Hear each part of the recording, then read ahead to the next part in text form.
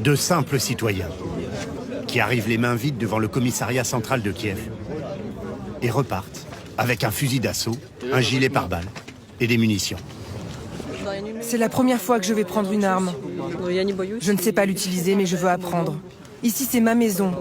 Je veux la protéger et me protéger aussi. Tous sont volontaires pour se battre. Cet étudiant en philosophie, par exemple.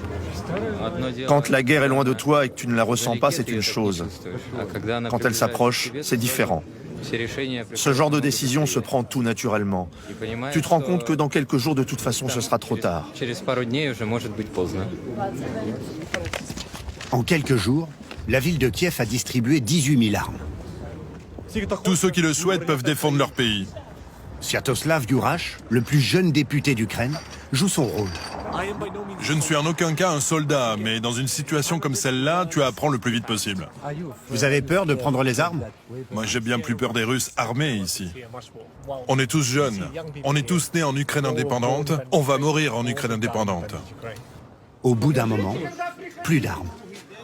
Quand est-ce qu'il y en aura à nouveau? À 9h, 9h.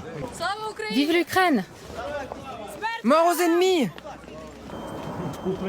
Cet enthousiasme déconcertant, d'autres ne le partagent pas. Généralement, quand l'État nous dit de ne pas paniquer, c'est que c'est le moment de partir. Vladimir n'a pas le droit de quitter le territoire. Comme tous les hommes de moins de 60 ans, il est mobilisable. Mais il a l'autorisation d'emmener sa famille à la frontière. Pour la mère de Vladimir, l'épisode actuel n'est qu'une répétition de l'histoire. Elle a vécu toute sa jeunesse, le communisme soviétique. On ne savait même pas qu'il y avait autre chose ailleurs. C'était notre jeunesse, tout ça. On se contentait de peu. Si la Russie arrive, il n'y aura rien de bien. Ça, c'est certain. Elle habitait alors à 100 km de Tchernobyl et se rappelle de son évacuation en 1986 avec son fils de 8 ans à Cuba, après l'explosion du réacteur. Maintenant, je dois penser à évacuer mes petits-enfants. La famille est prête à partir. Ceux qui restent doivent désormais s'enfoncer dans les entrailles de Kiev. Vendredi soir, le métro roule encore pour quelques heures.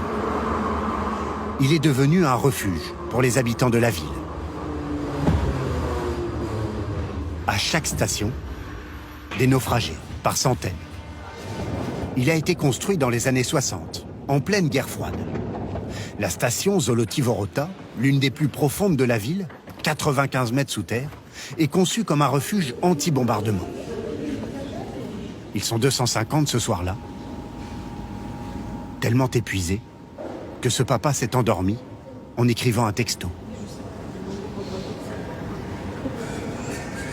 Le métro s'est arrêté. Jusqu'à nouvel ordre, il devient un hôtel de fortune.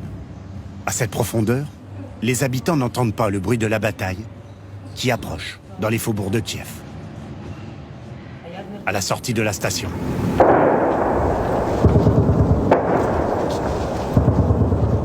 une ville déserte où seuls les volontaires armés patrouillent.